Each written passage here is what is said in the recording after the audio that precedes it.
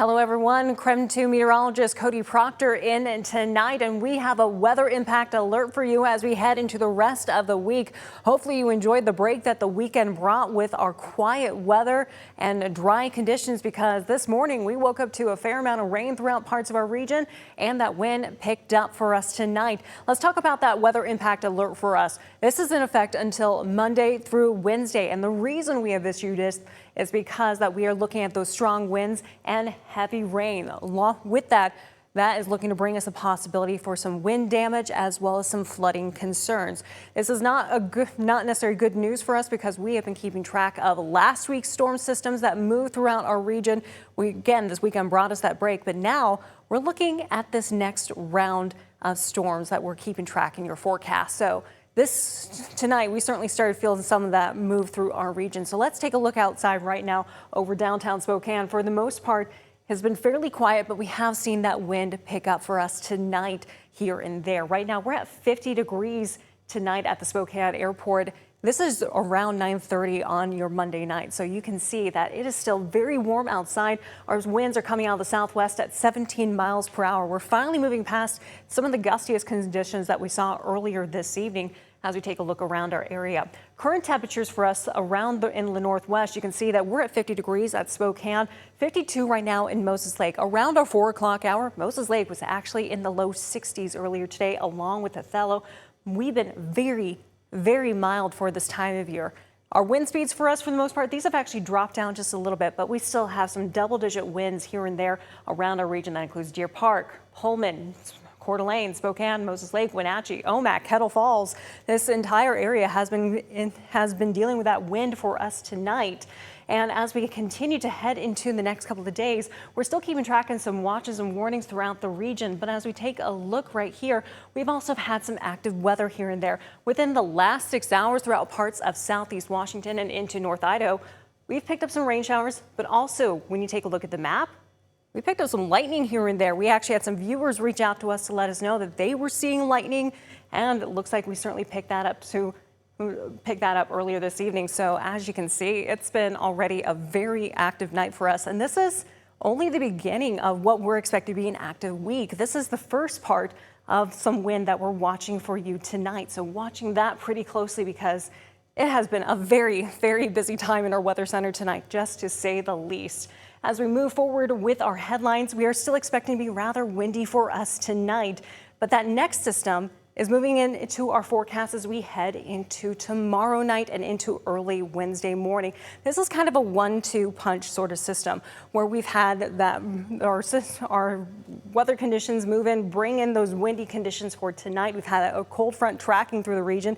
Now as we head into tomorrow, we're keeping track of that next system that's set to move in, bringing us that possibility for strong winds, rain, mountain snow, particularly up around Stevens Pass late Tuesday night into early Wednesday morning. Behind that, we're also keeping track of that chance for some colder temperatures to move back into our region for us. So if you haven't necessarily been a fan of the mild temperatures, we are looking to be a bit cooler later this week. Not as cold as what we usually are for this time of year. It's still expected to be above our seasonal average, but colder than what we have been, especially since we warmed up well above our seasonal average, to say the least. We actually broke a record at the Spokane Airport for today. So it's been a very, very warm day. Our record was set back in 1941. That was 53 degrees. Today we topped out at 57 degrees. Now, we have been keeping track of that weather pattern out here for the last day or so, because we are looking to see the storm system potentially move into our region, a possibility for another atmospheric river to move in for us. That could be bringing us another chance of some rain and some wind into our region. Here's that almanac that I was talking about. We, like I said, topped down at 57 degrees for us today. That record, 53, set back in 1941. I'm all for being an overachiever, but this is a bit much for this time of year, because we're only midway through December. Our seasonal average is in the low 30s. It's supposed to be just a smidge above freezing. And we are well above that for today. Now, we have a lot to keep track of as we head into tomorrow and into Wednesday as well. This is where we're at right now when it comes to our watches and warnings. We still have flood watches throughout our region, especially for north central Washington. That is still in effect until Wednesday morning. The Cascades and, of course, western Washington have certainly been hit by those flooding issues that we have been keeping track of and trying to bring you the latest coverage of because a lot of us have our loved ones over there or are being impacted by the flooding ourselves. So keeping a close eye on that. Another area that still has a flood watch that's set to go in effect for tomorrow afternoon into Wednesday afternoon is North Idaho. I was just before we went and started the stream right here for KREM 2 Plus, was keeping track of what was happening on some of our hydrographs, particularly around Coeur d'Alene, for the Coeur d'Alene River around Cataldo. According to forecast models at the moment, it's not expected to quite get up to minor flood stage, but it might be a bit under once we get past this next system for us. The other thing that we're keeping track of is this wind advisory. This is where we're at right now around our region. We've been seeing those breezy to gusty winds for us, with sustained winds about 20 to 30 miles per hour, gusts potentially up to about 55 miles per hour. This is in effect until early tomorrow morning. About 6 a.m. is when it's expected to expire for us. And this is what we've been seeing for our maximum wind gusts for the last 24 hours or so. You can see 43 miles per hour wind gusts for Spokane. That's where we topped out. 32 mile per hour winds for Moses Lake, 43 in Coeur d'Alene, 37 in Wenatchee. You can see that we have been dealing with that wind for us today that's been coming out of the southwest right here. It's been a very breezy day to say the least. Now, a lot of that comes down to our weather pattern that we have been keeping track of. Of course, as we head into the rest of this week, we're keeping track of this trough right here, as well as looking to bring a cold front into our region. And you can see the pressure gradient right here tightening up here. When we tend to see these get tighter, we also tend to see those breezy to gusty conditions. So watching that really closely as we head into the next few days.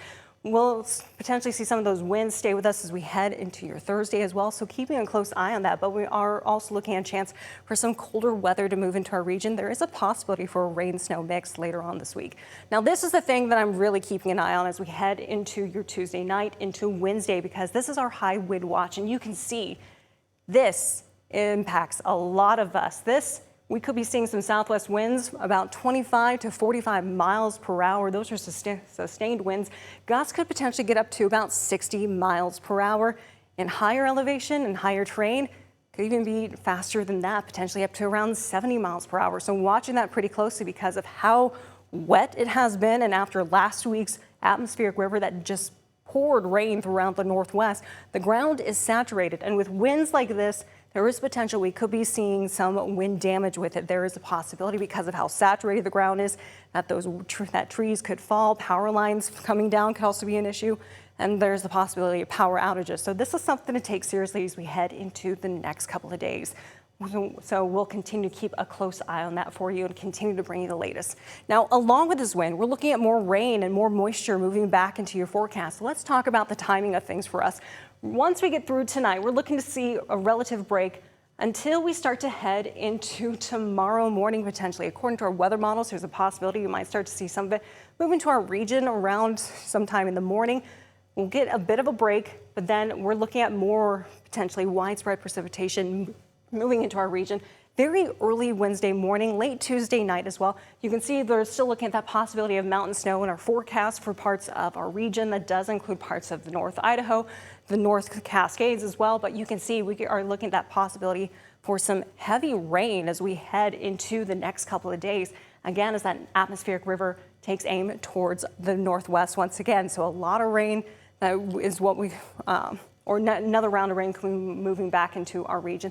It's a very, very active forecast, to say the least. A lot to keep track of and a lot just to keep in mind, especially concerning what we have been dealing with last week throughout the region. So as we take a look at what we could be seeing as far as our rain forecast and our rain accumulation for the next few days, going from the timing of now until 11 o'clock on Thursday night. This is what we could be seeing around our region according to some of our weather models for how much water potentially could be coming into our area. We'll watch that pretty closely for us. We'll see how this shakes out.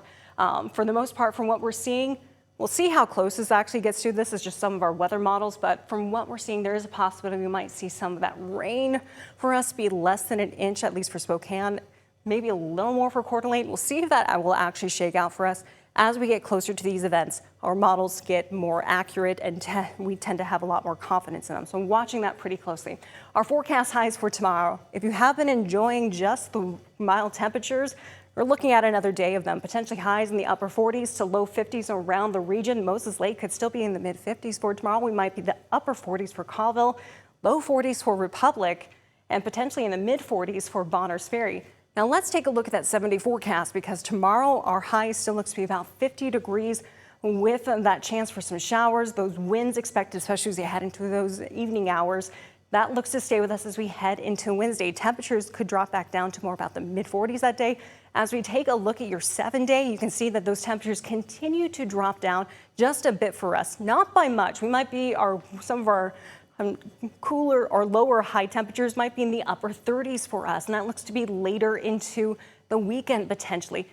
A little bit cooler than what we have been dealing with in the last few days, still above our seasonal average, but for people that have been wanting to kick off their ski season and really hit the slopes, there is potential. We are looking to see some mountain snow in our forecast. So it's a very active forecast, one that will continue to keep a close eye on for you and have you prepared for both on air and online, and of course on KREM 2+.